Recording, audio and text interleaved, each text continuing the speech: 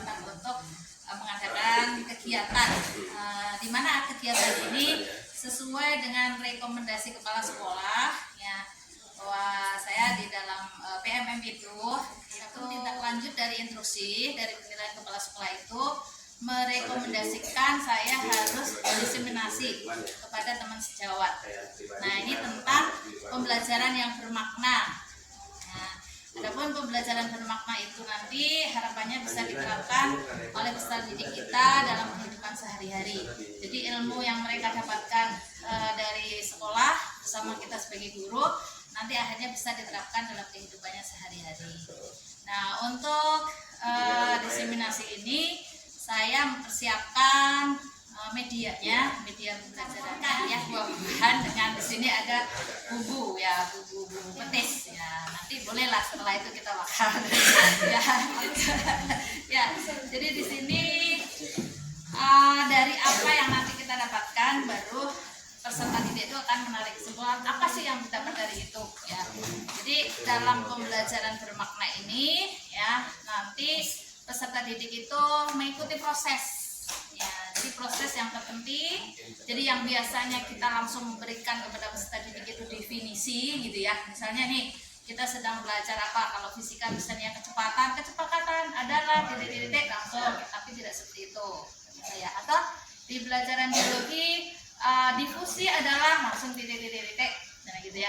Namun bagaimana kita membawa peserta didik itu melakukan proses sehingga mereka nanti bisa menemukan, oh ternyata difusi itu ini, gitu ya. Nah, makanya kita akan coba bersama di hadapan rekan-rekan itu ada bahan, ya. Silakan itu dimasukkan nanti buah-buahannya, tempat sudah saya siapkan di situ. Kemudian nanti bumbunya dimasukkan dan dicampur, jangan langsung diapa-apakan, ya, ditunggu dulu, ya. Jadi amati dulu sekarang buah-buahannya. Ya, Kak, mau dicampurkan, ya. Ya, nah, kemudian ya, masukkan ini, ya.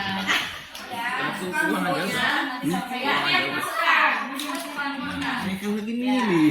Saya bukan masalah itu. Ada sendoknya.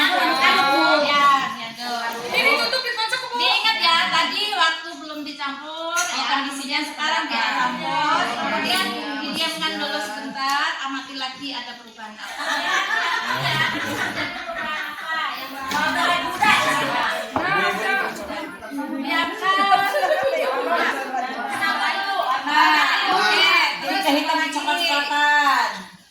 Perubahan bentuk, ada yang patah, ada yang bagus, ada yang tidak, karena ini muridnya sudah pintar. Ada yang manis, ada yang ini tuang. Mau tambah air. Tapi jadi kayak seperti banyak ya, Bu, ya. Airnya seperti banyak, ya. Padahal nggak ada hujan. Airnya lebih banyak, padahal kan semuanya tambah air, ya. Tapi cair tadi, ya. Nah, menurut teman-teman itu airnya dari mana? Dari buah. Dari buahnya keluar, ya. Iya. Oke. Jadi airnya tadi keluar. Jadi tadi bumbu yang teman-teman campurkan itu kan kondisinya pekat, ya? Iya. Sekarang lebih encer, kan? Jadi kan tambahan air tadi, ya. Jadi kalau di dalam buahnya ini airnya keluar, tadi kan di luarnya lebih pekat. Ya. Jadi ada perpindahan air dari yang konsentrasinya lebih rendah ke yang lebih tinggi atau lebih pekat, benar tidak? Jadi peristiwa perpindahan air dari konsentrasi rendah ke konsentrasi tinggi atau lebih pekat itu namanya osmosis. Nah, coba sekarang osmosis itu apa? Ayo. Dari yang kental air, yang pekat kepada yang cair.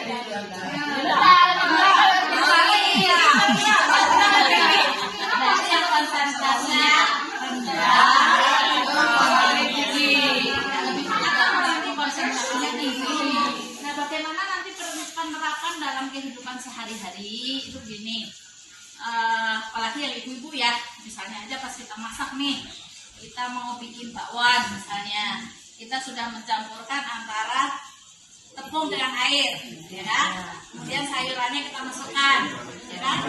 Nah, biasanya kalau langsung kita goreng, nanti lama-lama yang kita goreng terakhir itu tambah cair, encer-encer. Benar. Jadi kira-kira nanti solusi untuk supaya tidak begitu gimana? Apa itu? Berarti jangan banyak-banyak di awal. Ya, jadi di awal itu jangan terlalu encer dulu. Kemudian dibiarkan dulu kan sampai nanti titik optimal ya, tidak keluar lagi airnya baru. Tapi kalau dari awal sudah encer, tambah lagi nanti ketambahan air dari sayurannya, ya itu kan seperti itu. Kemudian lagi biasanya kita kalau misalnya mau mengurangi rasa pahit dari pare, ya pernah tidak Maria ya? Ya. Ada nggak yang suka dicampur dengan garam? Kegiatan. Nah itu gimana maksudnya? Kalau di luarnya kan tadi pakai garam tuh, garamnya lebih pekat ya. Harapannya kan air dari pare tadi keluar, gitu ya. Jadi berkurang airnya. Ya, itu kan penerapan dalam kehidupan sehari-hari. Adanya peristiwa ini. Kemudian kalau misalnya ya mungkin apa juga, misalnya kita mau masak terong ya supaya terongnya nggak lekas konyot misalnya, atau masak labu misalnya supaya nggak lekas konyot. Orang-orang kita kan ngajarinnya juga begitu, dicampurin garam dulu gitu ya. Nah itu yang terjadi apa? Air dari sayuran tadi kan keluar dulu ya. Jadi setelah air keluar itu kan dalam kondisi dia nanti merapat ya sel-selnya ya. Kemudian ketika kita masak di kuahnya kan nanti lebih pekat juga ya. Jadi nanti akan tetap di situ sehingga terong kemudian apa tadi labu misalnya itu nggak cepat konyot ketika kita masak. Nah itu kan penerapan begitu sehari-hari. Saya lebih senang terong yang melempuk. Mereka terong yang konyot berarti nggak pernah begitu ya. Karena lembek. Jadi ini sedikit apa ya sharing ya, karena rekomendasi dari kepala sekolah saya harus mendiskusikan pengalaman belajar di pelajaran saya supaya pengalaman ini juga nanti dirasakan oleh pelajaran lain. Nah itu rekomendasi dari kepala sekolah. Ya, kira-kira bisa bermanfaat tidak ini?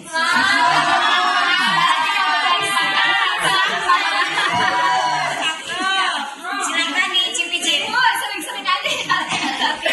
Kira-kira nih, kalau siswa misalnya kita bawa seperti ini, dia akan lebih terkesan apa itu osmosis, atau kalau misalnya kita bandingkan langsung misalnya kita suruh nyatet osmosis adalah, kemudian kita suruh ngapal, kira-kira mana yang lebih bermakna bagi